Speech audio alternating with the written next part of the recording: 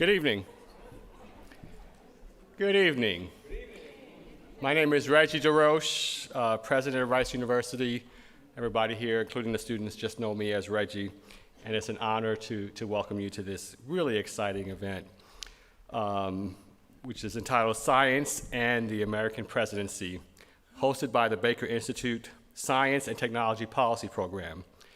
This evening, we gather to explore the critical intersection of science, innovation, and public policy, a relationship that has profoundly shaped our nation's progress and will continue to influence our future.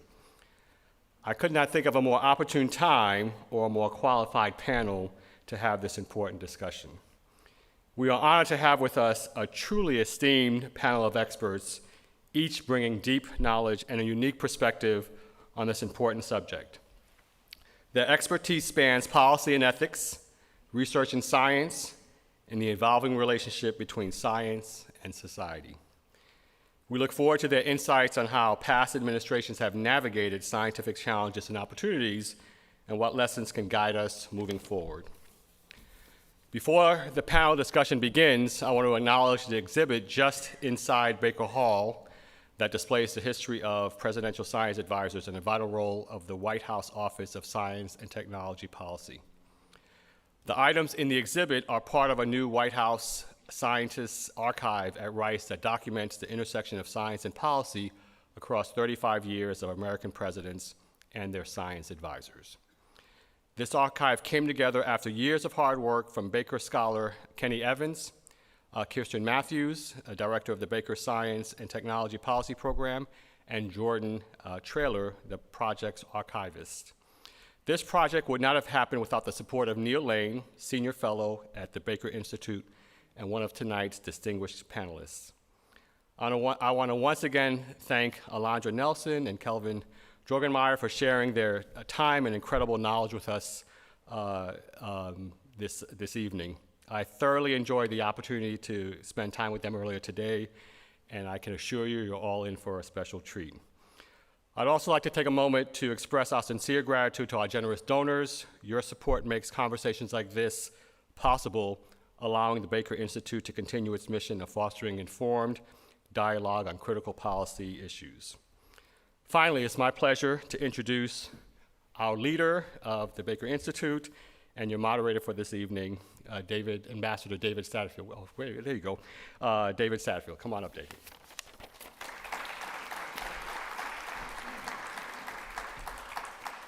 Thank you very much, Reggie, and thank all of you for coming here tonight.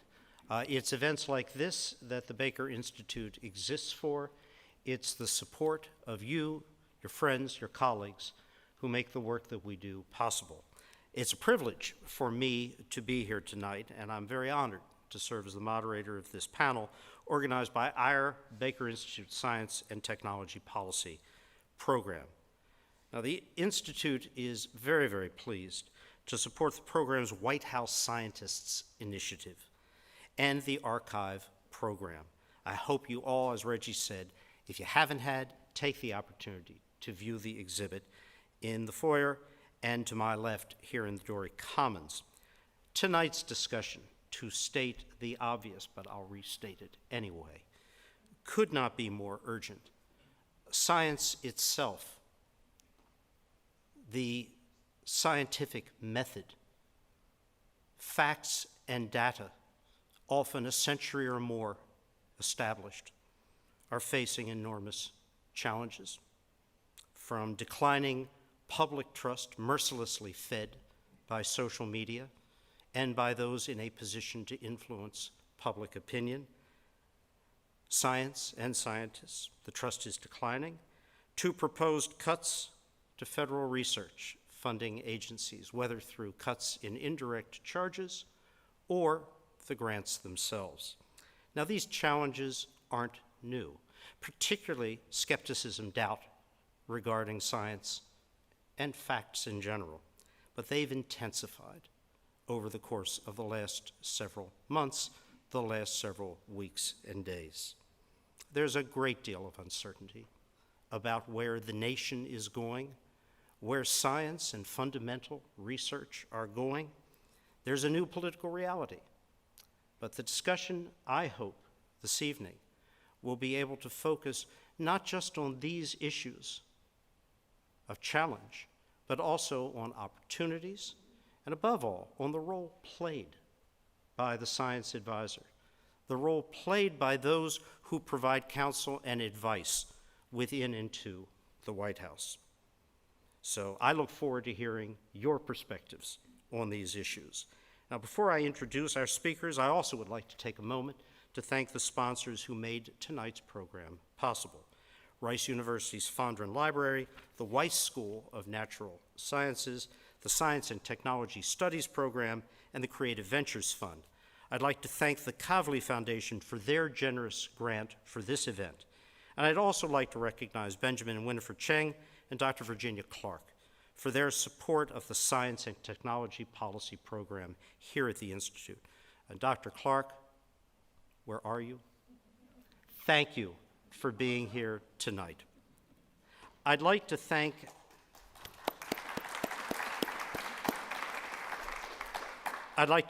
our Science and Technology Policy Program Manager, Kaylee Waldrop, and the Baker Institute events team for their invaluable help, as always, in organizing this sold-out event. We'd also like to give a special thanks to the Rice University Woodson Research Center Special Collections and Archives for their support for the exhibit, which has provided historical context for tonight's discussion. In particular, I'd like to thank Sarah Lohman, Rice University Vice Provost and University Librarian. Yes, we still have a library and a librarian.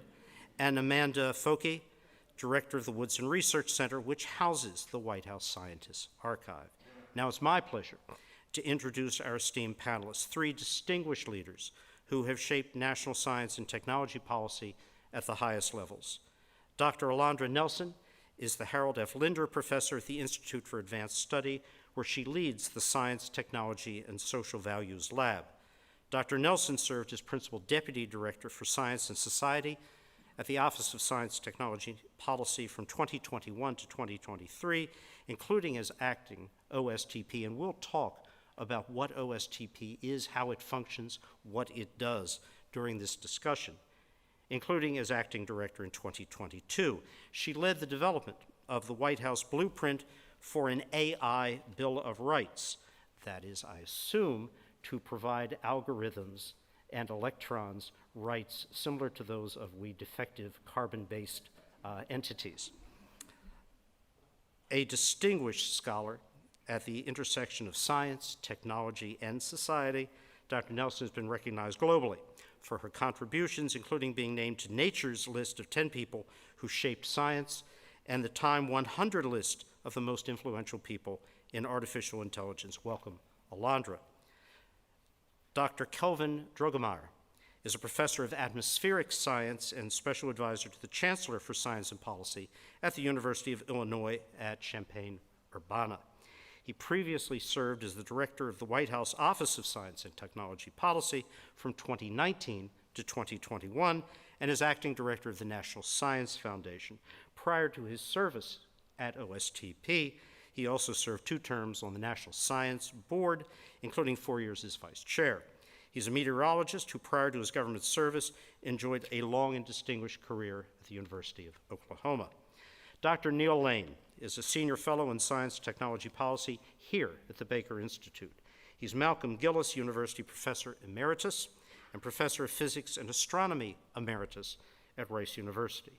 Neal served as director of the Office of Science and Technology Policy at the White House from 1998 to 2001, and director of the National Science Foundation from 93 to 98. Throughout his career, Dr. Lane has been a leading advocate for science policy, research funding, and international collaboration. His contributions have been recognized with numerous awards, including the Vannevar Bush Award from the National Science Board and the Public Welfare Medal from the National Academy of Sciences. Thank you all for joining us tonight. Thank you again to the audience members for being here. I'd like to invite our panelists to please come up, have a seat, and we'll start the discussion.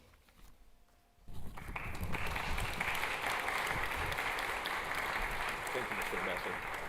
Very good. Neal, why don't you have this seat? Okay.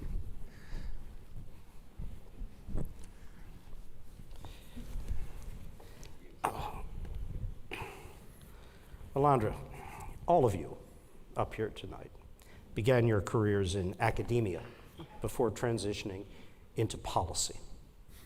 Now, the White House is a very different environment from either a university or a research lab, to put it mildly.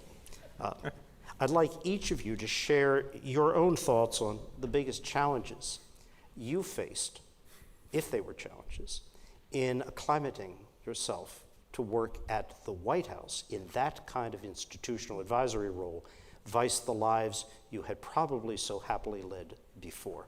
Can we start with you? Thank you. Well, first I want to thank you for that wonderful introduction, and also President DeRoche. And I want to thank Dr. Kenny Evans and Dr. Alicia Johnson for their hospitality today. And to say what a great honor it is to be on this panel with these two distinguished gentlemen. When Dr. Neal Lane calls, you come running. And it was just such an honor to finally meet in 3D and IRL Dr. Droegemeier for the first time. So I'm just so delighted to be here. I think a lot of things to say to that question. I mean, the first thing is that as an academic, you're incented and rewarded for thinking slowly about things. And the work in the White House is fast work. And so I often describe sort of having an advisee, have a student come in, a graduate student that I'm working with, and they'll say, I've got a question about X or Y, and you sort of ponder, and you might reach back to a book on your shelf behind you, or you might think about an article, a PDF that you have. And you don't have time to do that working in policy, and certainly working in the White House. And so you really have to draw upon a kind of storehouse of knowledge that you've learned and really trust yourself. And I think the metaphor I often give is for those of you who are teachers, who have taught in any capacity, or even ever given a public presentation, that moment where you left your notes at home and you still just have got to give the lecture. So I feel like the White House is a little bit like that. Like, you're not going to have time. You want to go back and read that article again and think about the advice again, but you're just not going to have time, and you've got to really just count on your colleagues around you and what you know. I think the other thing that I found really surprising and has been a tremendous gift to me is, I'm a social scientist. I've written a couple of monographs, and I've done that work alone, not only alone. I mean, even if you write books individually, you have editors and people who are in reading and writing groups and things with you. The sort of lessons and the thrill and the satisfaction of working on a big team. So OSTP is not a big team in the scheme of things. It's not the Department of Defense that has tens of thousands of employees.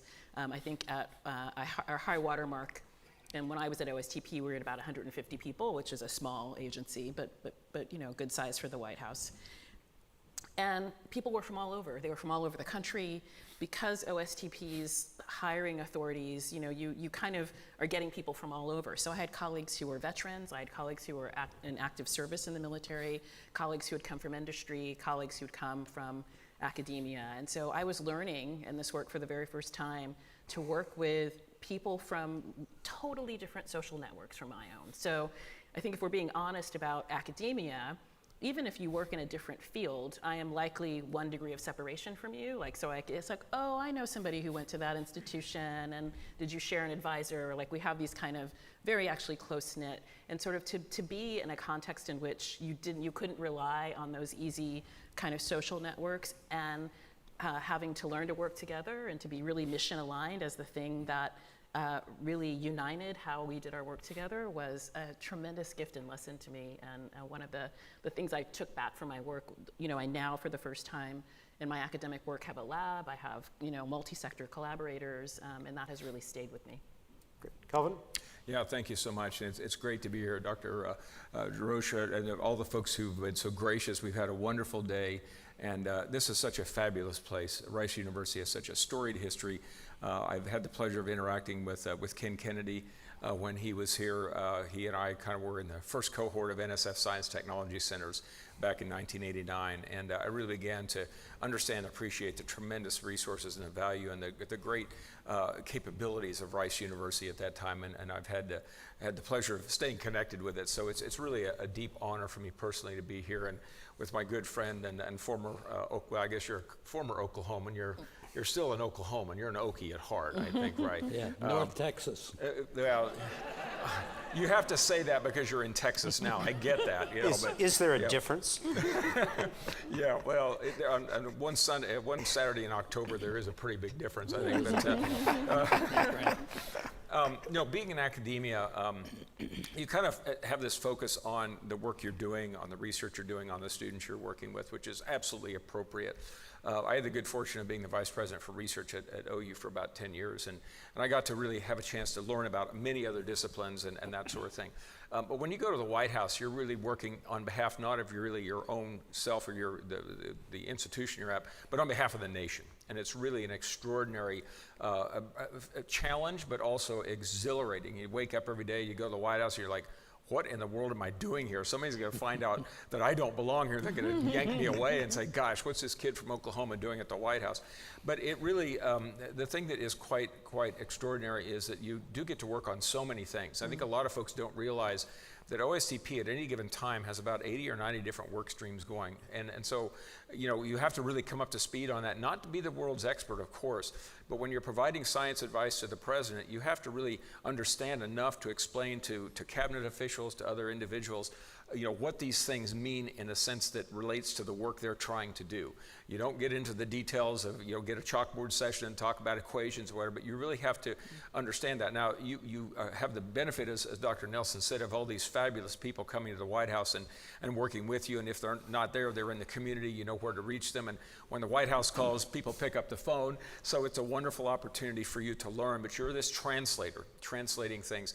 And that's not something you necessarily learn in academia, you learn it in your discipline, but when you go to the White House, you have this wonderful challenge and opportunity to work on behalf of the nation and bring all these things together and provide advice to the president and to others. And we like to say at OSTP we do two things. We have policy for science and science for policy. So we take science and we use that to inform policy, but we also take policy and we make policy for science in terms of where are we going as a nation, what are the priorities.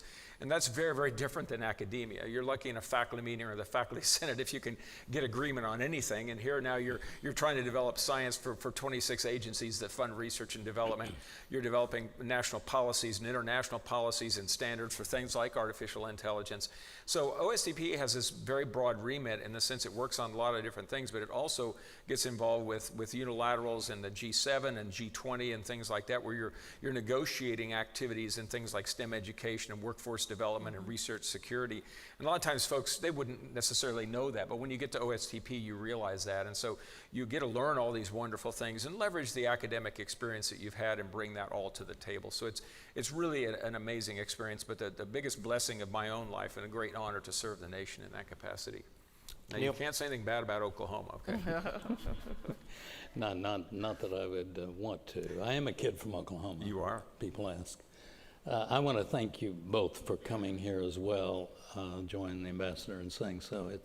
It's an honor to have you here. I know each of you served. Maybe every science advisor serves at a unique time in which we are challenged. Science technology is challenged, and we'll get into that, I know, a little bit later. I think my experience in the White House was sort of the metaphor deer in a headlight, it's kind of, because I was transferring over from the National Science Foundation. So as head of NSF, we had money, we had grants to make, and so yes, it's a stressful job in many ways. You want to make sure the place runs well and you don't mess it up for the science community or anybody else. You report to the president, but you don't see the president unless you're on the cabinet, and the director of NSF is not on the cabinet. So nonetheless, the White House influences what you do, and I could never figure out why the White House did what it was doing. Who made that stupid mistake? And we were all in the same administration and so forth. I just couldn't figure out how the White House worked till I got over there. And then I thought, my God, this is how the White House works. This is terrible. Because the White House is so dependent on every different president and the people around him. It's so personality driven. And so the first thing I learned is how important it was to establish as good a relationship as you possibly could with, of course, the president, that he's going to be nice to you, and the vice president, head of OMB. I mean, if that doesn't work well, as many of you know who had that experience, then you're not going to be able to do your job. So learning about the personal relationship. But as I learned when I first went in the U.S. government, the people working in the federal government, for the most part, are extraordinary. Yep. They work hard, they're smart, they're underappreciated, especially now, I would say, in the larger public. And I don't blame the public for that necessarily, because how would you know? I didn't know until I had the direct experience. So the transition to the White House for me was from an agency where I arrived.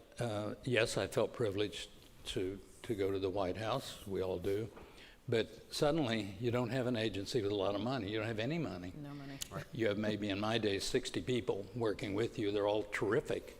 And then they have their own relationships with other people in the White House. That networking is how you get things done. Otherwise, if you don't go to the right meetings or you don't talk to the right people at the right time, well, then suddenly you miss an opportunity. So it's very much, I think, in my experience at least, quite unstructured. And some of that works and some of that doesn't work so well, and we may have examples to talk about it. But it was, as I think you've shared, both of you, an extraordinary experience. And you have the opportunity, because you're the only office in the federal government that thinks about science and technology in America. What's important about it, what's needed, how much money you need, what the workforce issues, education, everything having to do with the major driver of the economy and national security and health of the people in the United States. So, what a privilege and what a lot of fun. And as you say, you come in with a full agenda, and the next day you know what you're going to do. Whole day changes. Suddenly, one phone call, whole day changes. So, sure, things move fast. And you have to kind of be ready to not be surprised, really, at whatever comes along. Neal, I spent 4 years at the White House as NSC staff director, and I didn't know what the office did. Never understood it. I should have called you before I went over there. Could you describe what the role, the actual functional, operational mission and role of OSTP is, the science advisor to the president, and how the relationship is between that entity, that person, and the National Academy, National Science Board, and the National Science Foundation? Right. My colleagues have more experience than I think. I was only in the White House 2.5 years, but let me start. So OSTP is actually a small federal agency, but it's an office of the president, of the executive office of the president. It resides there, at least. Its job by statute is to advise the president.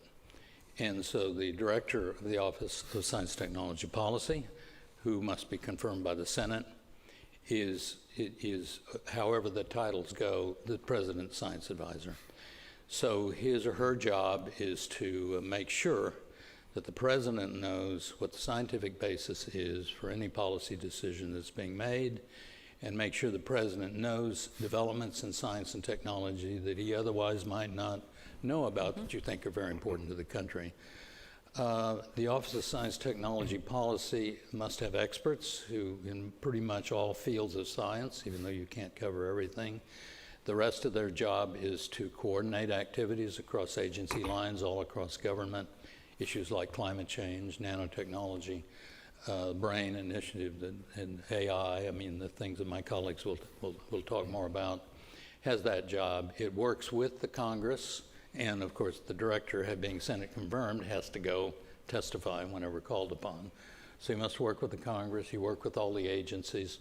Often a cabinet secretary, even though he or she has access to the president, will come to you on a science and technology matter, because why waste their time with the president on something that you could carry for them?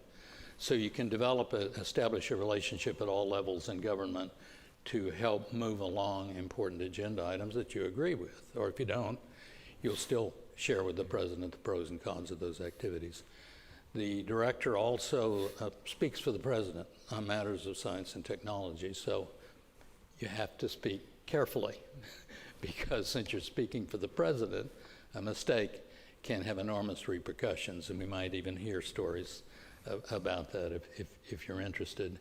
That includes multilateral, international, any aspect of science and technology that's international in scope, the multilaterals, the bilaterals. You're essentially the Minister of Science and Technology for the United States, because we don't have a parliamentary system, but you're meeting at the ministerial level all around the world, wherever we have relationships. And so that can be the fun part as well, or it can be the more tense part. So that's part of it, but let my colleagues add to what I said. No, you said it well, Neal. As Neal said, it's a small agency, so the core staff that you have there are permanent administrative staff, and everybody else you have to bring in from other agencies, Right. and you get the cream of the crop. I mean, I'll tell you what, we get phenomenal folks at OSTP, and then they take something back to their agency. When they go back, when their detail is ended, they take back this tremendous knowledge of how the White House works, to your earlier point. So at least one person every now and then does really understand it. It fundamentally is a policy shop, so it doesn't fund research, but it can, in fact, create legislation working with the White House to do things like AI, major AI initiatives, quantum, things like that we did several years ago. But it also does something that's quite interesting, is it coordinates the interagency through something called the National Science and Technology Council. And the president formally chairs that, but conveys basically on the OSTP director, the chairmanship of that particular committee. And it's a very large thing. It's across all of the agencies that fund R&D. And there are many committees. There are like 6 committees and lots of subcommittees. That's where the actual sausage gets made in policy. And sometimes it takes a while for that to happen, but you do get agreement across the agencies of all the different things, whether it's space, whether it's some type of biological thing, whether it's AI, whether it's some computer science, whatever it is, many different things that come up with policies that will basically guide the federal government forward. And it does take a lot of time sometimes, and that can then result in executive orders, presidential memoranda, and all kinds of other instruments that then go through another approval process in the White House and through the interagency. And as Alondra said, things move very quickly, but sometimes when you're looking to take a policy instrument and get it approved, it has to make rounds through the interagency, and then it goes through various clearance processes in the White House. Everybody's kind of got to agree to it. And by the time it gets done, oftentimes it's pretty watered down to what you want, maybe some bold action that really will move the needle. Sometimes that happens. So the director of OSTP shepherds that process along. The OSTP director also chairs something called the President's Council of Advisors in Science Technology. And they're folks that come in. They're not presidentially appointed, or the presidentially appointed. They're not Senate confirmed or anything. They actually come into the organization. And they basically advise the president. It's a core group of people, usually focusing on several issues and writing key reports and things like that. And so it's another mechanism that's used to reach out to the community. And the ambassador made the point about the Science Board and the National Academies. One of the things that I did that hadn't been done before, to my knowledge, was I created a position called the Assistant Director for Academic Engagement. And as an academic, I felt it extremely important for there to be a very strong link between OSTP and the academic community on so many different issues, whether it, research policy, whatever it is. And when the pandemic hit, we actually had that connective tissue built. So that was extremely important, and that's something I think that really needs to be continued. In a little bit of the weeds, in the OSTP, there's actually up to 4 Senate-confirmed associate directors. They can be on anything, usually on science and technology and other things like that. And we haven't had, as my knowledge, any Senate-confirmed there for several years, but you can, in fact, have those folks there. And it was very important to realize that the National Science Board, which basically stewards the National Science Foundation, they are sort of a governing body, but they're kind of co-equal with the director.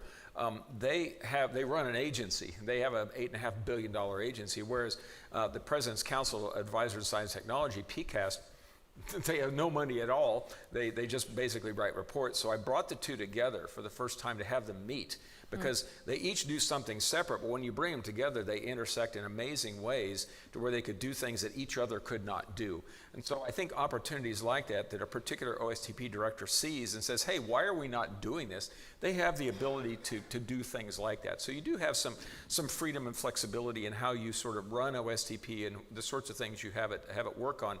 But I'd say, the real amazing thing is you're working with really extraordinary people. And then the final thing with regard to the National Academies, we were in the middle of the pandemic. And the academies, if you know them, they do consensus studies for the most part that play out over usually a couple of years, and they're incredibly good and they're well thought through and they have great recommendations. Well, we were in the midst of a global crisis. So I went to the National Academy of Sciences and Engineering and Medicine and I said, could we stand up a very fast-track committee on pandemic diseases now, but also in the 21st century, a standing committee that is there that we can go to, you guys mobilize the experts, and when we need some input on what's the latest on the virus on surfaces, fomites, and can you really get infected by touching a table and then touching your mouth or something like that? And they would come back in like 2 or 3 days to have the answer. And that was extraordinary. It was a very, very different thing for the academies that they'd ever really done before. But it shows you, again, the creativity that you have as the director of OSTP to work with the national academies, to work with the National Science Board, with all these extraordinary organizations to bring in the expertise that you need to do exactly what Neal just described. So my colleagues here, I think, covered the kind of waterfront. So I'll add maybe a historical point and then some of the fun stuff you get to do also at OSTP when you're leading OSTP. I think it's important to note that OSTP is established in 1976. We had over the course of the 20th century lots of different ways that presidents tried to get science advice. So they would have informal advisors, formal advisors. We had different sort of constitutions of advice for the president. And by the time you get to the 1970s, and in part this is my personal interpretation, I think presidents find it difficult to get science advice that's external, right? Science is, you're in the middle of the Vietnam War. You have scientists who are protesting, who are upset about the state of the war. Do they want to be offering science advice to the president? There's a lot of contestation around science, different from this moment, but in some ways an interesting parallel. And so there's really interesting memos from a young Donald Rumsfeld, who at the time was a junior staffer at the White House, who helps to write some of the decision memos about what OSTP would become. And it was really imagined as a kind of small shop. I mean, you had 60, we were about 150.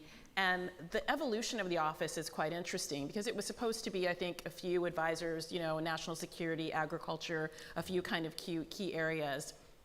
Over the course of the 20th century into the 21st century, as we have lived, many of us have lived through, science and technology comes to sit at the center of pretty much every domestic and international policy issue. So what we understood as the kind of, things over there that sometimes the president would need advice about, we have come to understand and are living in a moment in which issues around economics, educational opportunity, healthcare, all of these have something to do with science and technology policy. So when Dr. Droegemeier talks about having 90 working streams of work, I mean, that's like, he's being quite serious about that. And so 150 people is a really small shop with no budget. As Dr. Lane, we had no money. The project has just gotten quite expansive. And moreover, at the same time, the agencies themselves have come to build out science. And so the Department of Commerce obviously is NIST as a part of that, the National Institutes of Standards and Technology. Obviously, the Department of Energy has all sorts of important science going on.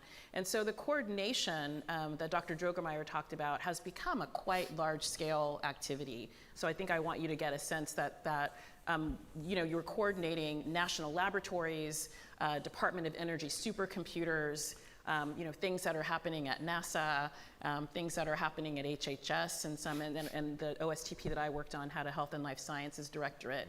So you are really helping the president kind of steer the ship and ensure to the best extent possible in a large bureaucracy that everyone is sort of rowing in the same way and rowing in the direction that the president wants them to row in. I would add that there are fun things. So I know that Dr. Lane, for example, was on site for the announcement of the first draft of the human genome. So you might want to talk about that. But I got to do extraordinary things like brief President Biden on the Advanced Research Projects Agency for Health, or ARPA-H, which is a new ARPA has existed in other entities. You probably are familiar with DARPA. So ARPA-H is a project that the president helped to stand up that's really about health innovation and about thinking about how we can use health innovation to achieve outcomes for types of research and development that might not yet have a place in the market, that's not ready yet for the market, but that the government can sort of play a role in helping to get started. I also was able to brief him publicly on the first images from the James Webb Space Telescope. So those first kind of dramatic images that we already had the amazing images from Hubble, and then we got these all the more amazing images as well. And so, you get to help the president represent science to the world as we're sort of achieving some great achievements in the work of science and research. Kelvin, following exactly on Alondra's comment about coordination of all of these multiple agencies, entities, and then the broader research community outside the government, following the money, what in your experience is the practical role of OSTP and the advisor in shaping all of the decisions that are going to flow for those billions of dollars which you don't have, but which others do? No, that's a really great question, Mr. Ambassador, and thank you for that. I think one of the most important things that OSTP does, and the director in particular does, is work with OMB on developing budget priorities. Every year, OMB and OSTP jointly issue an R&D priorities memo. It typically comes out in the summer. And it's done jointly for two reasons. One is that OSTP is actually not a directive authority, so it can't tell agencies what to do. OMB can, in fact, do that. But there's a more important reason, and that is that really it shows that science is at the table in developing the national budget, the national R&D priorities. And so one of the things you do is you gather the agency heads together and you talk about, usually they have their own strategic plans, their own directions, and I'm talking about the 26 federal agencies like NSF, NIST, NASA, NOAA, Department of Energy, all these different, they have their own plans, but you say, okay, how do we align these with the priorities of the administration? But moreover, how do we think about where we as a nation are going to go, not in just the next budget cycle, but let's start thinking long term. Let's start thinking the next 10 years. We don't know what technology is going to be, but we kind of know where we want America to be positioned globally in the science and engineering enterprise. So that's one thing that the OSTP director can do, is help shape not only the budget, but the directions of the priorities that hopefully will be lasting, well beyond that. And in doing so, you have conversations not only with the agencies, but the community, the National Science Board, the National Academies, and a lot of universities. We were so blessed, and I know Neal and Alondra were too, when you have a lot of university presidents and provosts coming to meet you and talk about their needs, their priorities, and what they feel is important for the nation. That's extremely important because, we didn't go to Washington to sit in some corner office and be unavailable. We wanted to hear from people because that's where the future resides, or those folks are actually going to be doing the work. And they have their finger on the pulse of where the important science is, where the challenges are, where the opportunities are. So the OSTP director is in this unique position, as Neal said, this kind of singular person to really try to pull all of that together and look at where the money needs to go, because the ambassador is correct. It's really follow the money. And sometimes, frankly, you don't get what you want, and you have to go defend that. I had to do that. And you're like, well, gee, I wish we could do better here. So you come up with ways to think about how, if the agency budgets aren't what you want, you realize, wow, we're in a different era now than we were post-World War II, where the federal government was funding fundamental research, but a lot of the funding was actually happening was philanthropy and tuition dollars at universities. But then the funding grew and grew and grew. But now we have multi-trillion-dollar private companies, and those didn't exist in the post-World War II era. So one of the things that we're looking now is how do we think about America going forward, and what should our priorities be? And we can talk about that later on, but there's an important document that has just dropped about a week ago, I think it was, called the Vision for American Science and Technology.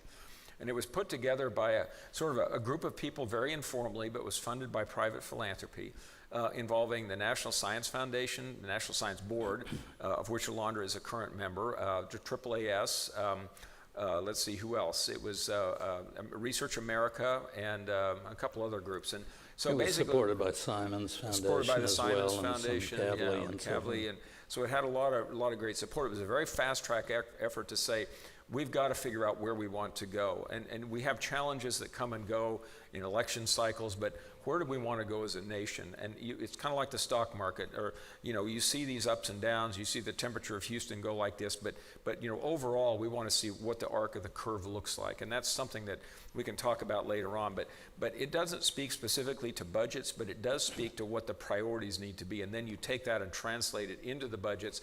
You work with Congress, as Neal said, and you work with OMB, which is really they and the National Security Council are the big dogs in the West Wing. And OSTP is a partner with them, but they're the ones you work with to really try to get some of these things done. Can I comment on Sure. that? One of my pet peeves forever has been societies that we all work with, the scientists, the engineers, the medical researchers and so forth, we all have our professional societies. And we all have ideas that mainly we're pitching our fields. Yeah. And we make congressional visits, we write get together letters and so forth, signed by corporate CEOs and whatnot. We don't work together. I mean, we never really work together. The academies are quite different from those organizations. Yeah. They have their own charter, of course, and their EO, which established their ability to get money for studies that you referred to. But these American Physical Society, my society, didn't really work with the chemists or with the engineers and so forth.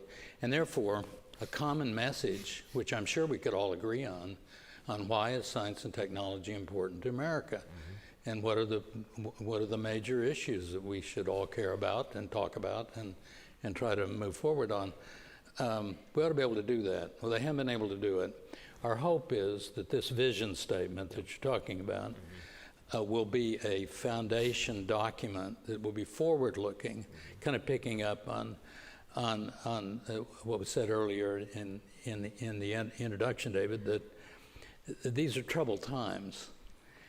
But I think for many of us, kind of not ignoring what's going on, but thinking beyond what's going on right now, trying to get our mind focused on the future.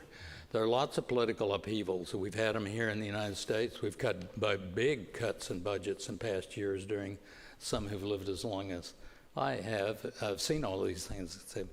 So the way we got out of that was to finally get ourselves in the mode of looking forward and having a strategy to get past the current perturbations, no matter how huge those current perturbations are. This vision statement, which was devised as an idea before the recent events that are on all our minds, it wasn't directly to address those. It was to say, regardless of the political circumstances, what is it that America ought to be doing in science and technology, and why? And can we get that? Now can we figure out how to get that message out once we agree on it? I'm hopeful that all these different societies will at least start with that. And then then the chemists will want to say their thing, the physicists will want to say their thing. And of course, all the medical organizations have powerful messages to deliver. Why not do it starting somewhere where we actually have some agreement? Neal, I want to start again with you, but go through all of your views. Taking some of the themes you just sounded, there is a great deal of noise to signal ratio right now, and a great deal of uncertainty, some of it deliberately generated by that unfortunate ratio, the perturbations, as you politely and astronomically referred to them. So I'm going to combine two questions here. What do you see as the priorities that are going to be set for the next 4 years and beyond? And there's got to be a parallel question and comment associated with that. Whatever those priorities are, they're going to depend upon foundational research Yes. and the development of technology from that foundational research, something Rice, many other sister universities are very much committed to. With all of the discussion regarding not just indirect charges, let's go beyond that for a moment, Sure. to the issue of the grants themselves, the mechanism for them, the rationale behind them, the support for them at the highest political levels, including OMB, which is quite unique now, whatever circumstances in the past may have been. So Neal, how do you see priorities? How do you see the impact on the research community of what's happening? I think we've talked about this, and I know that my colleagues have very good thoughts on how to do this. My first thought is, and sometimes I'm asked similar questions about what do we do? Well, the first thing is to take a deep breath.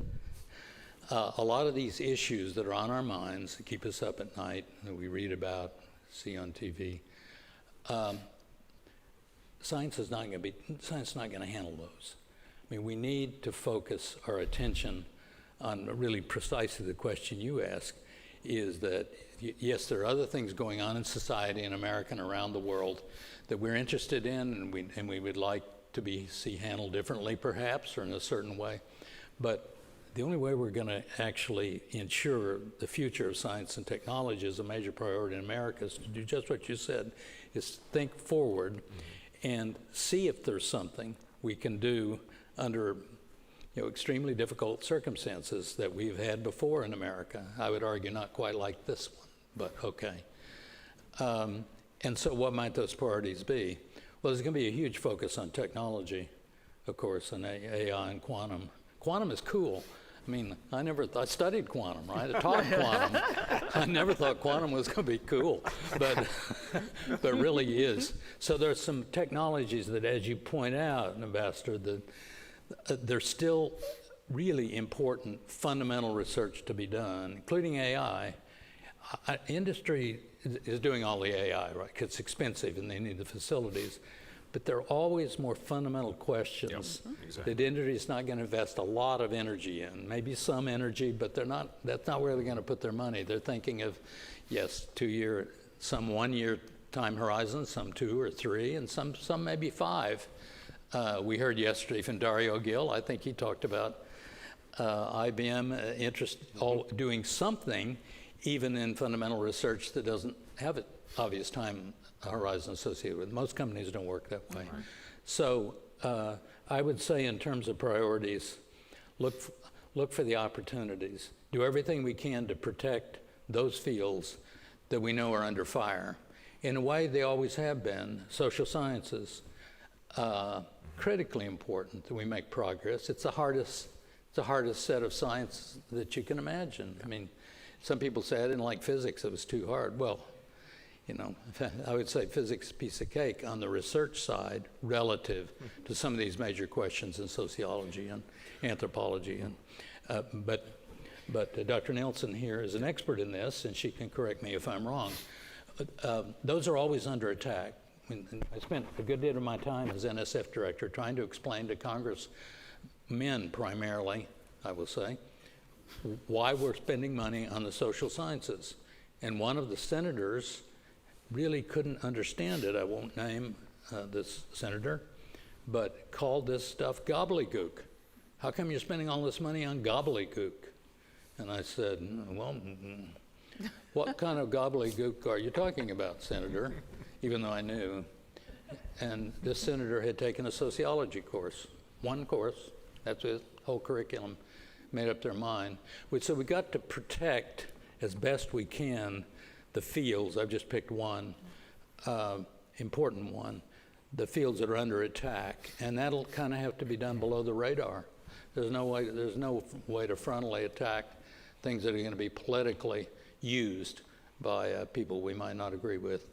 At the same time, take advantage of the high priorities that are going to be placed on areas like AI and quantum. Kelvin? Oh, you want to go? Okay. So yeah, this is another great question.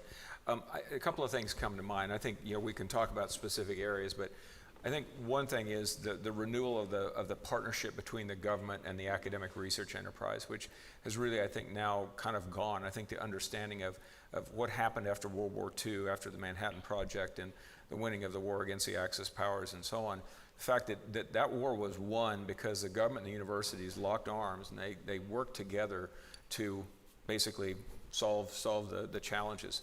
And so when all the faculty went back to their institutions and the government started funding research, we had this partnership. This gets a little bit to the indirect cost question, that there was a shared responsibility for the health and well-being of our nation, for the security of our nation. The government turned to universities to help with that, and they were leveraging tremendous resources from universities, but also providing funding to educate students, educate the next generation, that sort of thing. That partnership, the understanding of that seems to be gone. So that is one key thing I think we've got to do. The second thing I think is to really look at the value of research and being able to express the value of research to our everyday lives. I was talking to a colleague here today. He said, we breathe oxygen all the time. We don't see it. We couldn't possibly do without it, but we don't even notice it. And it's kind of like that with research. It's everywhere. It's everything that we do. but you just don't notice it. And that's sort of on the research enterprise for us to go really explain those kinds of things and really help folks understand the value that they get and the return on investment that the government gets. And again, this shared responsibility and value thing just seems to be gone. The third thing I would say is the value of higher education as a public good, not just as a private good where I send my kid to college, the kid gets a degree, get a job, they have good earnings and stuff like that. That's all very important, but it used to be really that you went to college and university to really learn about very broad issues of society, and you became an informed citizen in the civic enterprise that we call America. That doesn't happen so much anymore, and so we've kind of lost that. And then finally, I would say the one thing that I always like to talk about is when we talk about the research enterprise and we think globally, this incredibly challenging geopolitical context that we have right now with China and other countries, but especially China as a competitor, but also an adversary in many ways, we need to talk about our values. We take for granted the American values that we have, but those values are what we do, how we do research. Integrity, honesty, openness, partnerships, mutual respect, civil debate, civil discourse. Where do you see that? I don't see it anywhere, but research is the North Star model for that sort of thing. It's so important for us as a nation not to just be talking about the value of our science and technology, but to be exporting our values when folks come here to study or when we partner with other countries and just internally. We don't talk enough with our students about the values that they live by every day in actually conducting their research, but how a lot of other nations don't have those same values. And so when folks come here and they didn't grow up in that value system, we have not just an obligation, but a huge opportunity to lead with our American values, to show what it's like to do research in an ethical, responsible manner and say, you know what, that's America. That's why we're who we are today. And we need to do more of that, I think. So I talked about the growing scale, over the 20th century into the 21st of the sort of science and technology enterprise, the R&D enterprise. What that means, and this is going to be a sociologist's answer to the ambassador's question, is that science and technology research anchors communities. It is, in many markets, hospitals, medical research centers are the biggest employers in some of our communities. And so when you decimate science, you are in some ways risking people's access to healthcare. In some ways, you are actually decimating whole communities because scientific research centers, medical centers anchor whole communities, right? So it's not, so we can think about a sense of a kind of overprivileged principal investigator at a research lab, right? But a single research lab has administrative assistants, lab managers, porters that work in the laboratory. I mean, whole communities are supported by this funding. And so I think in the more immediate kind of urgency of this moment, I think we've got to figure out a way to talk about the fact that when you fire scientists, when you end research for scientific, funding for scientific research, you're actually weakening and decimating an entire ecosystem that implicates a lot more people than I think the few scientists that I think people are understanding to be implicated. And I think that's deeply important. And then I think we just have to be honest. I mean, there's a lot of political posturing happening right now. It happens across administrations. We're at a high water mark of it a little bit in this moment.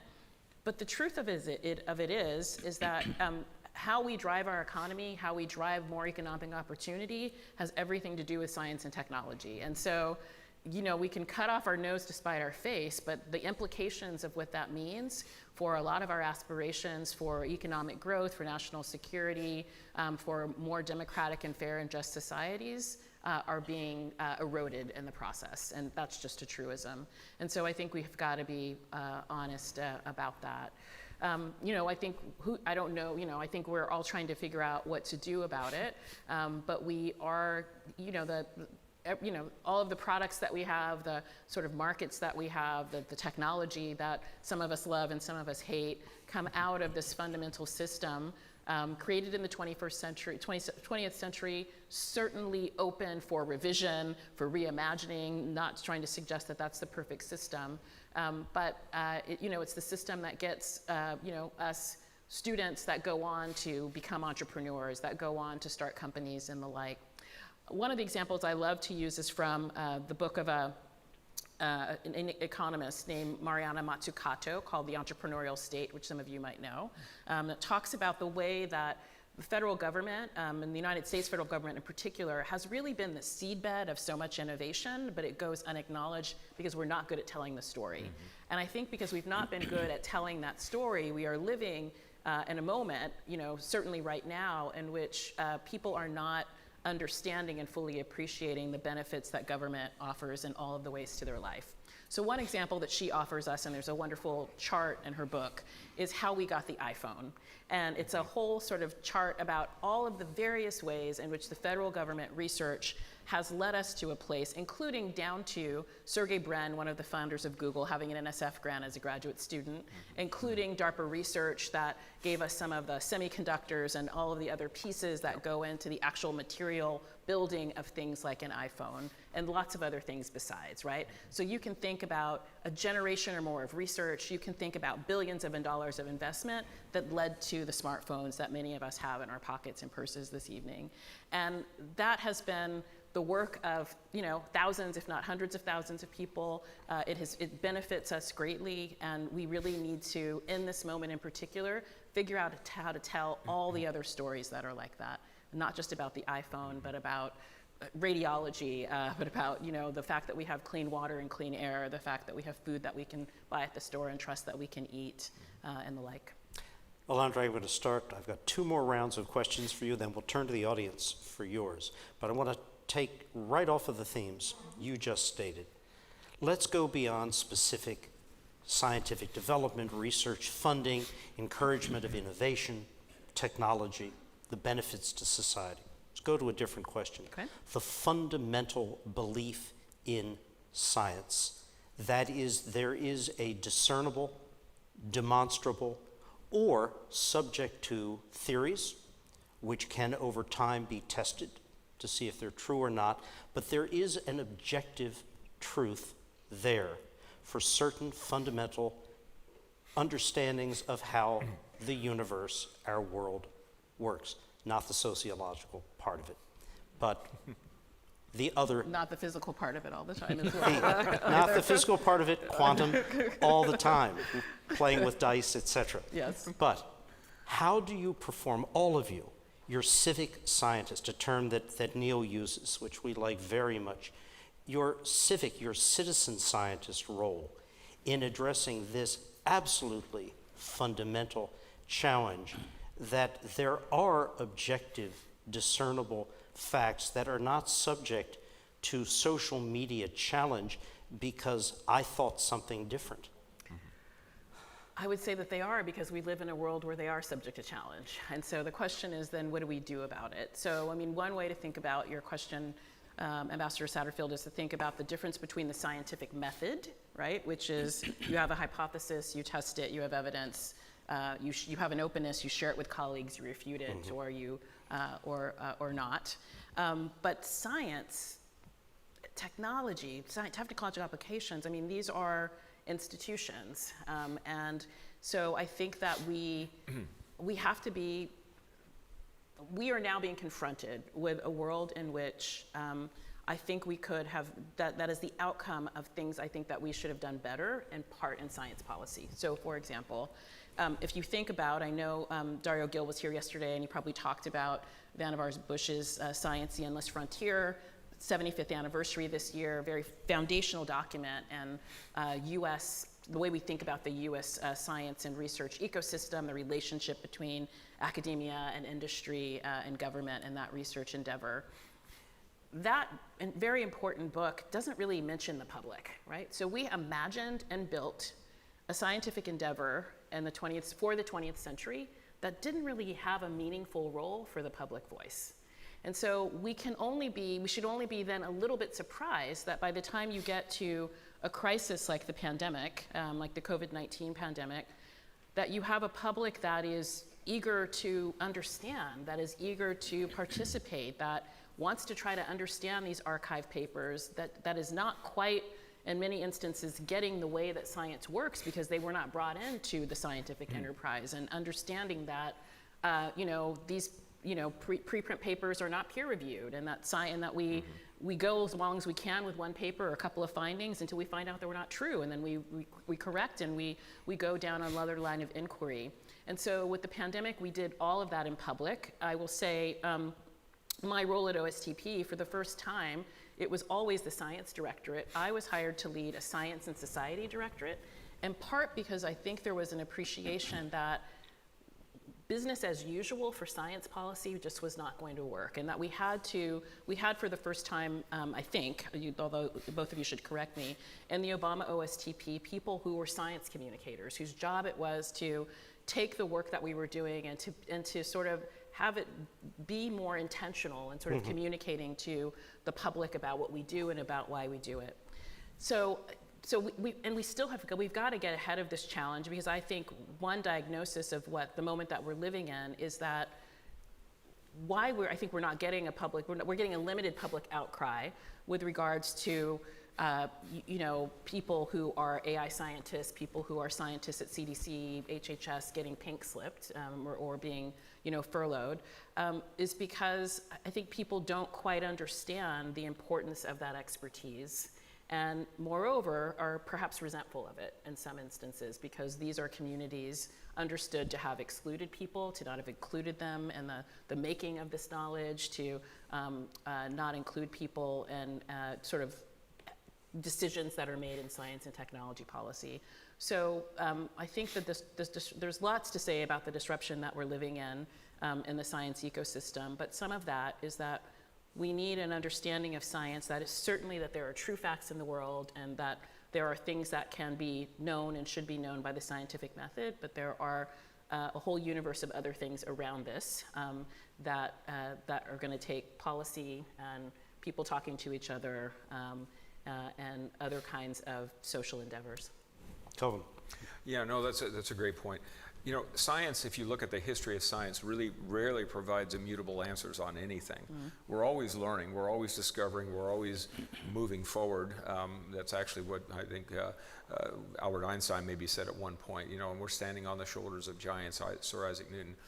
The atom, right? We thought we had it figured out in the 40s and 50s, and now all of a sudden we have all these exotic subatomic and subatomic particles, and we're learning more and more and more. And in the pandemic, the public got a peek behind the curtain as to how science really works. When in the middle of a global crisis, they just wanted an answer. Do I wear a mask? Don't I? Do I stay 6 feet apart or 5 feet apart? Just tell me what to do so that I know. And science doesn't work that way, right? It goes forward here, retrenches, somebody refutes this over here, but we eventually figure it out. And sometimes we really do get to facts like this is really how this works. Okay, but for the most part, the certainty, we don't quantify the uncertainty of science very much. We portray it as though it's really, this is the answer. And it's the answer for a while, but it's not the answer forever. And that's something I think we have to figure out how to communicate. And it's a really important point that science is extraordinarily valuable and what we do without it. But we have to realize, how it works. Does the general public, do we expect them to know that? No. So it's not so much about them being literate in science and understanding. It's about how we communicate to them in a way that's meaningful in their lives. And they can say, yes, okay, I understand. Why on the TV evening news do you not hear somebody say, the high tomorrow is 64 plus or minus 2 degrees? That's how the weather really is. But guess what? They don't want to look what? Uncertain. Well, we don't quantify uncertainty. That's just a silly, simple example, but it's extremely important because, we only know what we know at this point in time, but it doesn't mean that we're not going to learn more later on. So this is a challenge I think that we as scientists have to figure out how to communicate this in a way that is meaningful, that we can build thoughtful policy around, but realize that the policy may change, 5, 10 years from now. It's got to be flexible enough to do that. Yep. And that's a real challenge, as Dr. Nelson pointed out. And Neal, for you, I'm going to sharpen it even tighter. For 70 years, for polio, for 60 years, for measles, the American public, the global public, accepted and saw kids were no longer being paralyzed. Young adults paralyzed. The iron lung, which was a meme of television broadcasts throughout my youth and the youth of many in this room. No one knows what an iron lung is anymore. I almost lost my hearing and sight from measles. prior to the vaccine. Yeah. What's changed where for nearly a century, demonstrable outcomes from the product of scientific discovery are now questioned, rejected? How do you deal with that, Neal? It's, well, first of all, most of the people weren't around in those days. So they probably never heard from anybody what you just said. So then when the story comes up, or when they're asked about vaccinations and so forth, then the conspiracy is very popular. That's very interesting. So they can find lots of so-called scientists who question then the what you just said. I mean, some people got vaccinations, they got sick. You only need one or two of those out of millions to make people doubt. There's a book called "Doubt Is Our Product," Yes. which pointed out that during several periods of time, the tobacco wars, for example, the ozone hole discussions, climate change, the idea of the companies that were going to be hurt by any kind of regulation was to create doubt, spend money to create doubt in the American public's mind. And so they drag out some scientists, well, they had PhD, what more do you want, who are willing to sell their souls to the company to be able to ride on private airplanes or get $100,000 for lectures or whatever it was. Scientists are a lot like people. Not quite, but almost. I think so. You can find a certain distribution of. Okay, I think that the word is trust. Yeah, exactly. I think that's one of the big words that you want to. When we talk to students about communicating science to audiences with a mix of skeptics, if you can establish trust with them. Then you don't have to explain the details of the science. You can say, well, look, here's what I believe. I'm a scientist, but climate change is my field. But I know about modelers, and I've been to those meetings where the modelers fight it out over my model's better than your model, and that's just how it works. So you can tell some stories about how science in a very complex domain works. Right. But nothing's going to work unless they walk away thinking that you're actually leveling with them. I mean, you did what you said you did. And that's a certain kind of chemistry. It requires a good bit of humility. If you can put humor into it, that's just fine. But the main thing is it can't be us and them. It's got to be conversational. It's got to be, I'm not here to tell you what's right or wrong. I mean, I'll answer your questions and now, so you ask me, what do I think? Well, here's what I think, and here's why.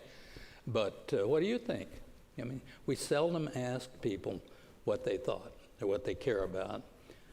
So we're not there yet. It's getting better, I think, in our ability to communicate.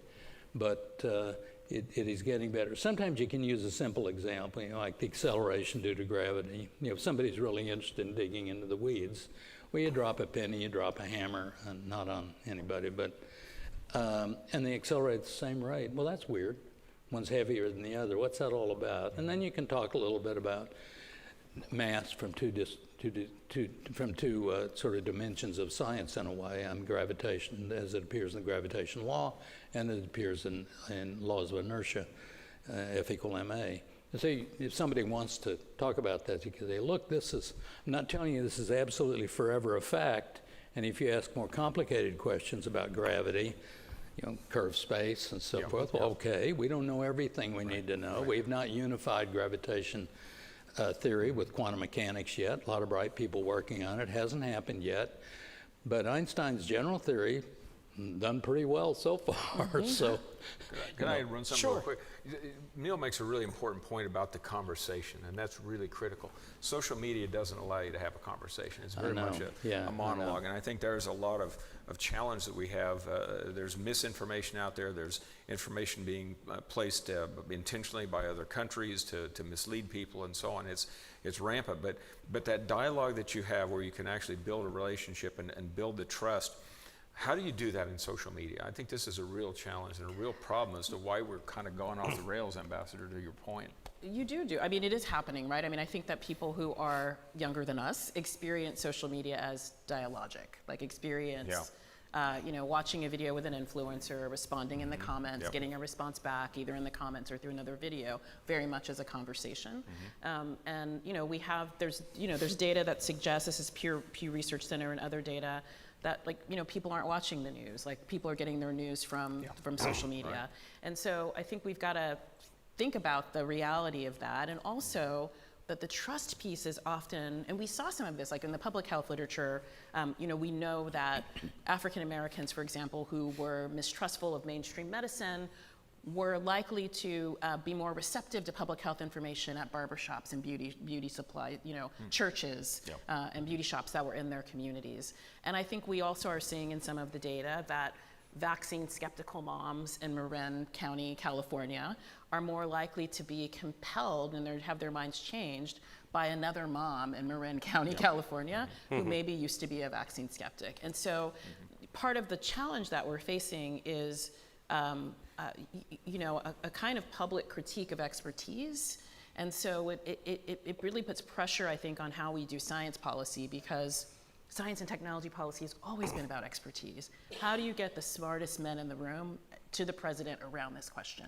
And you still need to do that. Like, we still need that level of expertise, but we also need to, I think, figure out ways to go back to your question, Ambassador, to make science more civic, to understand it as a civic enterprise, and understand the ways in which we've got to engage different publics in it. And on that theme, I'll offer a sort of modern historical perspective. How many people in this room of a certain generation had in their house Scientific American, Popular Mechanics, Popular Science, went to the Carousel of Progress at Disneyland? 61 years ago, went to the World of Tomorrow. It was a steady, predictable move forward, guided by science and industry, where there weren't going to be gaps, there weren't going to be setbacks, there weren't going to be negative consequences. Well, the world is much more complex than that. And as the world proved more complex, and as citizens, you're civic scientists, but as citizens stopped at a popular level, being fascinated with science, with stories of scientists. The formative movies of my childhood were about Louis Pasteur, Paul Muni, the Curies. No one, I guarantee you, in the last 30 years has been brought up on those kinds of films.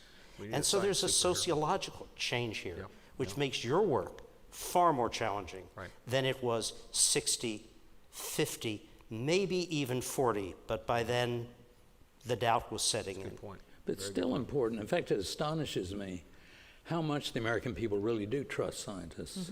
There has been a downward dip, I mean, for the reasons that the example you just gave about the pandemic, but the numbers are high. They're still high. So if you ask among these people, who do you trust most, and I don't think it's changed too much through the years, the numbers are very high. The highest at one point, as I recall, was medical, slightly higher than scientists, but physicians, who do you trust, and then scientists.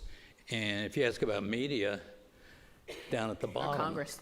Yeah, it's down there with Congress. Lawyers. That's right. So that you can, the surveys like this you can look up. I'm in a way amazed that it's held through the year, and I think it's because of health and medicine. In spite of the problem of the pandemic. So I think the people extrapolate that. They know somehow science is foundational to modern medicine. And if you went to a dentist in my day versus a dentist today, you wouldn't need any more evidence. I can tell you, it's a world of difference. A lightning round comment. How we continue to lead, to innovate, to compete in a challenging world, not just vis-a-vis China, deep sea, but more broadly. Investment, training, or is it something more fundamental than that? Are we right to be looking at the pre-university level STEM curriculum as the answer to all problems? Would it help if kindergartners were taught basic trigonometry as opposed to fourth graders? Wouldn't that accelerate it? And there is a sarcastic edge here, but the edge is substantive. Yeah. Does STEM actually produce, as you get to university and then beyond university levels, a significant difference? Do we know enough yet about the impact it has on innovation, on being able to continue to lead in technology, or are there other factors that are more important? And I'll start with you. Okay, well, I'm going to answer this. This is how policy gets made. I was talking with Dr. Droegemeier and some students and interns earlier. So on the face of it, you should say, yes, we need more scientists in the United States to fulfill, these various sort of aspirations for the nation, these job roles, et cetera, and that we, some of this talent we can bring in from other places. People come from all over the world. We've got the world's finest education system. But then we run up against, in this moment, constraints around immigration, right? So we're not able to, it's harder to get visas. It's harder for people who want to come to school in the United States to come and have their graduate education here. It's harder for people to stay. And there's been conversation about this in Washington. And so that means, we can't just say, anybody who's smart, come. And it means that we then do very much need to look at the people who are in the United States, think about the K-12, think about really investing in science and mathematics. Our scores, I'm pretty sure, you all can correct me, are somewhere in the top middle in the world.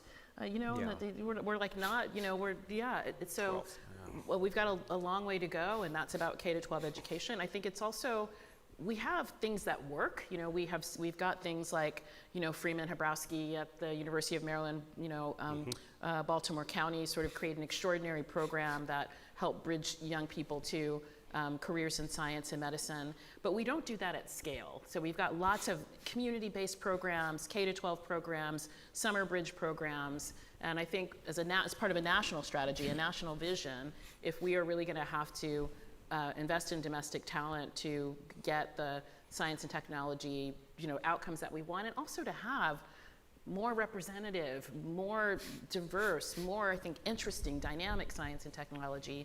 You want many more people at the table, and that's going to require us, I think, to think about almost in an OSTP way, to bring us back to where we began, how we coordinate all of these efforts for this bigger national mission and effort. Kelvin, what do you think? Yeah, I think we need pretty much all the above, but I think especially, and this is going to be weird coming from a meteorologist, we need a predictability of the future. We need to know that there's stability going forward. This sawtooth thing is very, very difficult for research, and so we really need to reinvigorate the government investment in fundamental research. That's critically important, because the companies that we see now, the major companies, especially the tech companies, as Alondra said, the innovation that they do is extraordinary, but it's dependent upon the fundamental research that's done maybe 20 years prior to that nobody really knows where it's going to go, and we shouldn't care. We shouldn't be talking about what is the societal impact. We have no clue what the societal impact. We know the outcomes. We know we're graduating students. We're publishing papers. I don't have a clue about the impact. Let's stop fooling ourselves. Let's stop wasting time trying to measure the impact. Let people turn them loose, do fundamental research, just go do curiosity-driven stuff. That's what got us where we're at today. But realize we also have all these incredible companies, so let's partner with them. Let's get the philanthropy involved, because they're already involved.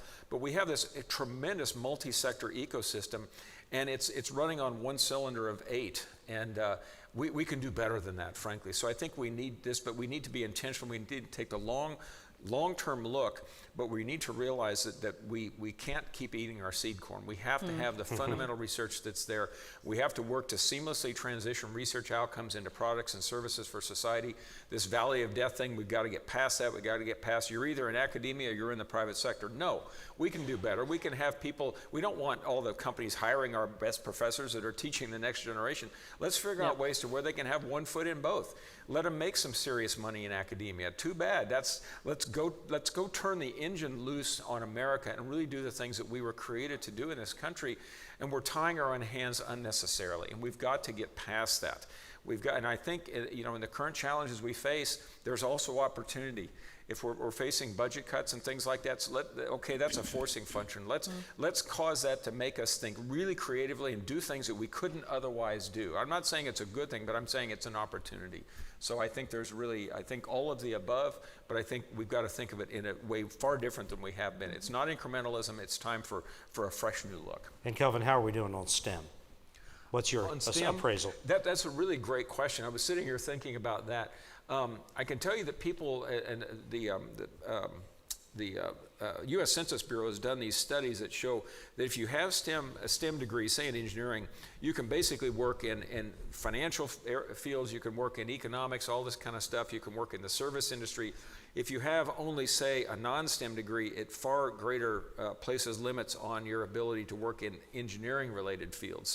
So I think we still see value of people being educated in STEM, but I think the problem that we have right now is that we're still, and this isn't really a bad thing, but we still have very specific disciplines, and a lot of the problems that we face are very multidisciplinary in nature. So you can't do multidisciplinary without disciplines, kind of by definition.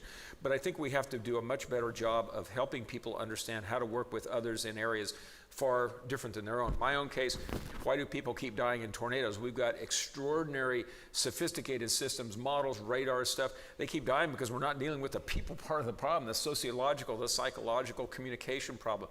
We woke up to that about 10 years ago, and we're working really hard on it. That was difficult. You get a bunch of scientists, physical scientists talking to social scientists.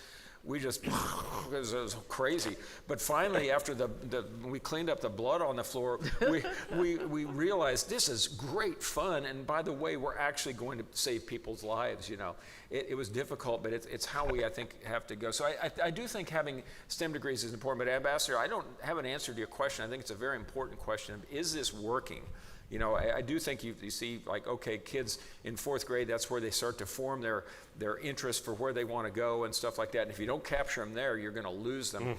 I hear that a lot. I know studies have been done, but you ask a really deeper question is that necessary? I think that's sort of how I interpreted it. And I don't know that we know. I'm sure education scholars could inform us on that. So I take that as a personal to-do for me, a way to learn about Neal, that. last comment before we turn to the audience. I think that on the STEM question, we're sort of trapped in kind of linear thinking about how that ought to go.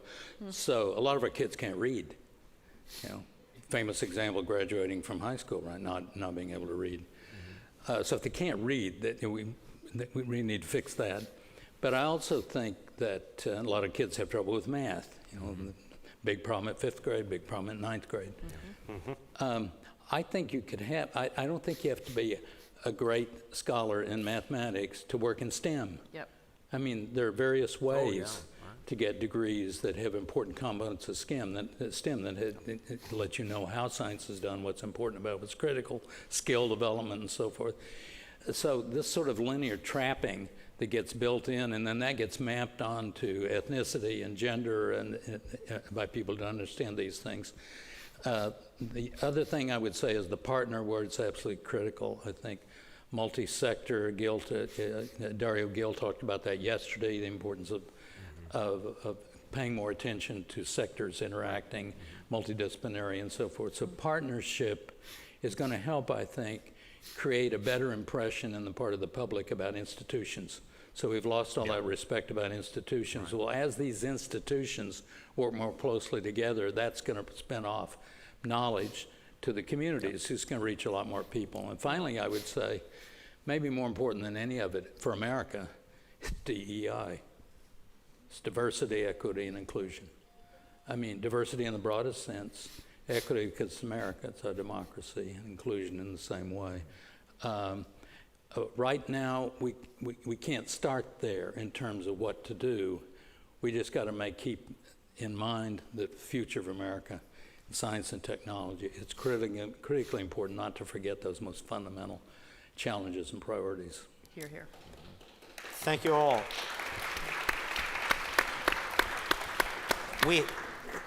This has been fascinating, but I do want to give a few, we're going to have to limit this, opportunities to the audience to ask questions. Somebody has a mic. Who has the mic? Oh, here it is. Moshe. You get to pick your target.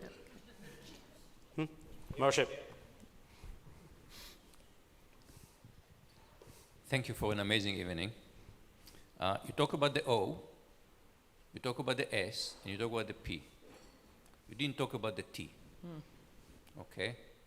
And we're not talking enough about the T. So let me give you an example. One of the most consequential decisions that you made, I think, as NSF director, was commercialize the internet. Gave rise to huge innovation, partly created the dystopian world that we live in today. Okay? So AI Bill of Rights, which was a Bill of Rights for humans, not for electrons, was trying to do a bit of technology policy. It's a nice document, you know, it's okay if the Vatican had issued it, because it's a bit philosophical, but I didn't see it translate into actual policies in terms of laws and regulations. So how should we think? This is the place, I think, in this country where it seems to be completely stuck, okay? Yep. We said innovation, you know, regulation stifle innovation, but maybe some innovation we don't want to have. Maybe we should stifle some innovation. So how should we think about policy for technology? Yeah, so a couple things. So the AI Bill of Rights is a policy document that we created in the Biden administration. It came out in October of 2022, a month before the release of ChatGPT. So to give you, and it took a year to create that document. So it's something that we had been working on a long time. And it responded to coming into office at a moment where there was high public distrust of science and technology policy. So what we did over that year was talk to industry experts, we talked to academic experts, but we talked to the public broadly about their aspirations and their significant concerns and misgivings about the increasing expansive use of AI. And so the subtitle of that document is Making Automated Systems Work for the American Public. The document is written without jargon. This is the science communication people at OSTP helping us to write in a way that was not addressed to us or to other policy wonks, but to a broader public.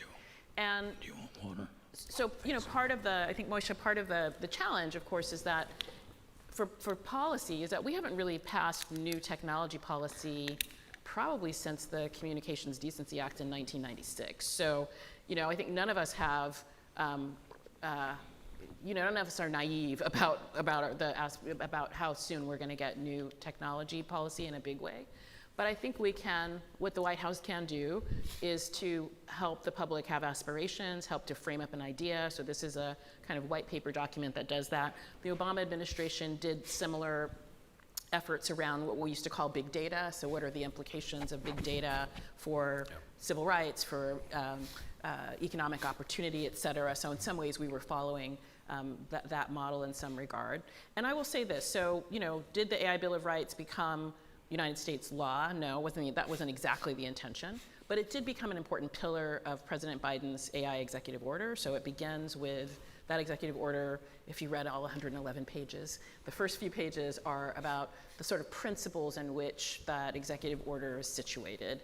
And the executive order then goes to instruct federal agencies and guide, you know, steward even regulatory agencies in the ways that they should go about their work in ways that do the, you know, and do the 5 principles or try to enact the 5 principles of the AI Bill of Rights, which is to say AI systems should be safe and effective. You should have some modicum of privacy protection. You should know when AI is being used for a consequential decision.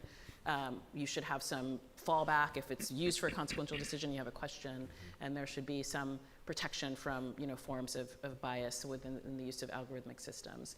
So I think that it succeeded in starting a public conversation. It helped the public sort of have expectations around how these systems should work. And I will say there are, you know, it sort of had an afterlife in kind of state legislation. So in the state of Connecticut, it was one of the first states to sign a sort of, maybe it's like a mini omnibus AI legislation that part of Governor Lamont's legislation that he signed was instructing the state to create a Connecticut AI Bill of Rights. We see California is trying to, there's 2 efforts this year in this legislature, but there's been past efforts over the last 2 years.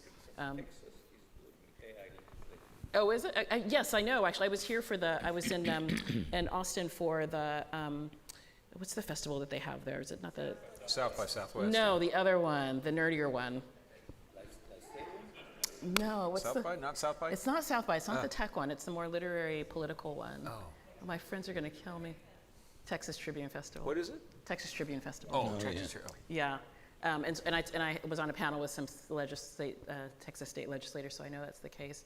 And, you know, Oklahoma, did you know that there was in the last Oklahoma legislature, they introduced an Oklahoma state, Republican legislators advanced something called the Oklahoman AI Bill of Rights. And it includes all of the Biden AI Bill of Rights plus more. Oh, right? There's like 8. And so it stalled before it went forward, but, you know, mostly red state, Republican legislature. So I think and we know from the survey data that there's a lot of apprehension about AI. And so to the extent that we want to get to the good stuff that might, you know, potentially lay at the other side of our kind of robust adoption for lots of improvements in, you know, potentially healthcare and other places, we've got the adoption's key, and sort of getting people there is going to be really important.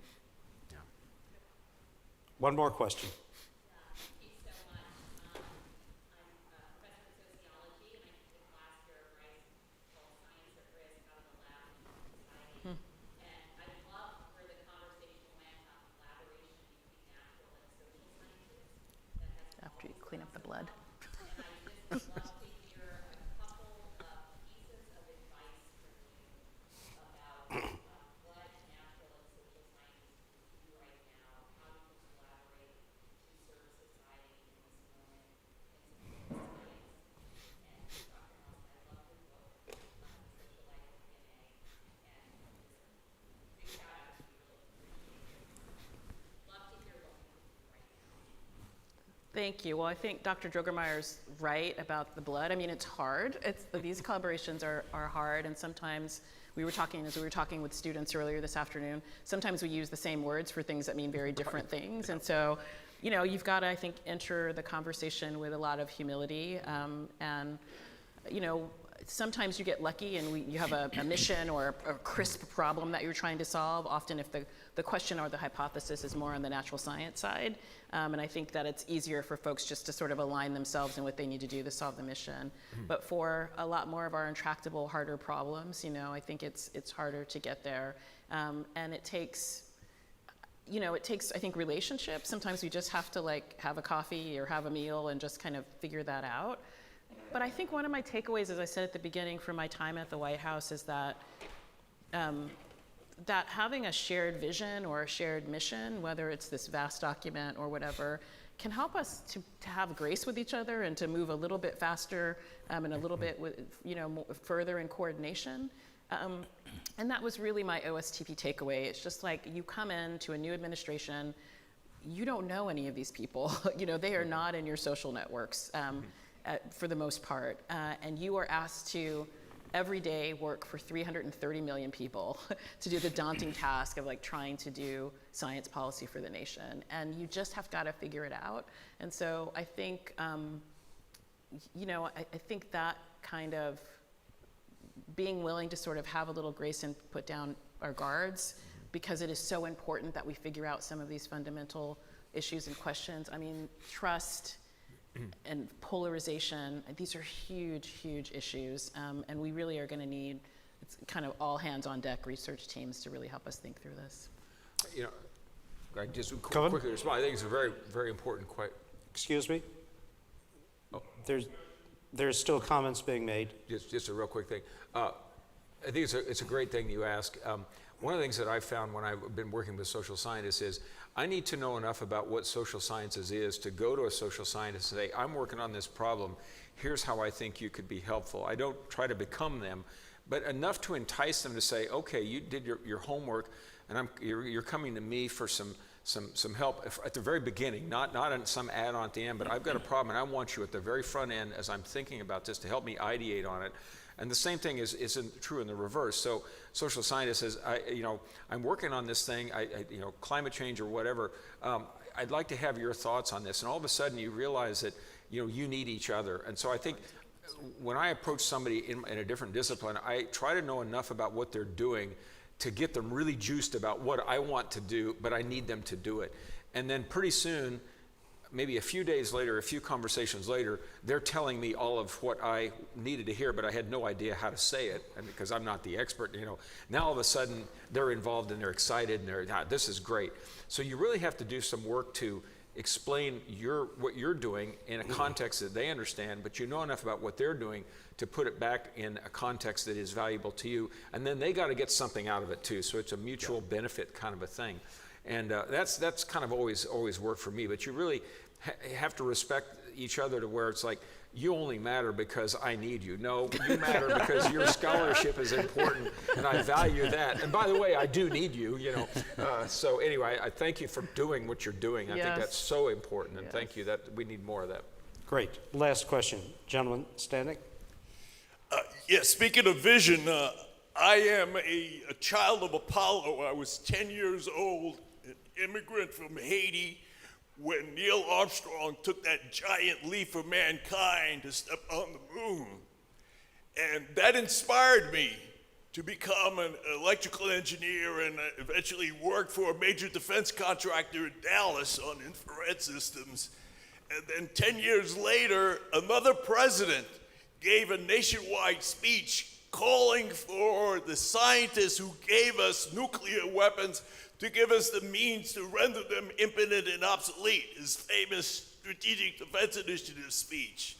And then a few years later, I participated in another presidential campaign for Lyndon LaRouche, who called for a 40-year Moon-Mars mission so that we could invest in fusion, plasma technologies, optical biophysics.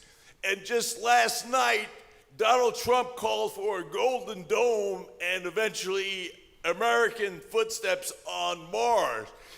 Do you advisors see a way of how we can get current and future science advisors to the presidency to give a vision for the nation, not just STEM, not just math and artificial intelligence, but to give youth a vision of 40, 50 years in the future where they can actually participate in discoveries not only here on Earth, not only on the moon, not only on Mars, but on the solar system and the galaxy and the universe in the large. So we got to think bigger.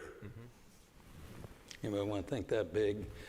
Neal, why don't you think take it? Obviously, if we had people with that kind of vision, the president as the leader of the company, the leader of the country, would need to have access to such knowledge. I think, practically speaking, each administration only lasts so long, and the presidents often come in with priorities that they have, that they've talked about in their campaigns. Just the political reality of the way our system works. And so we don't really quite have, to be fair, I think, in answering the question, we don't really have a system, I think, that would encourages that kind of far forward thinking.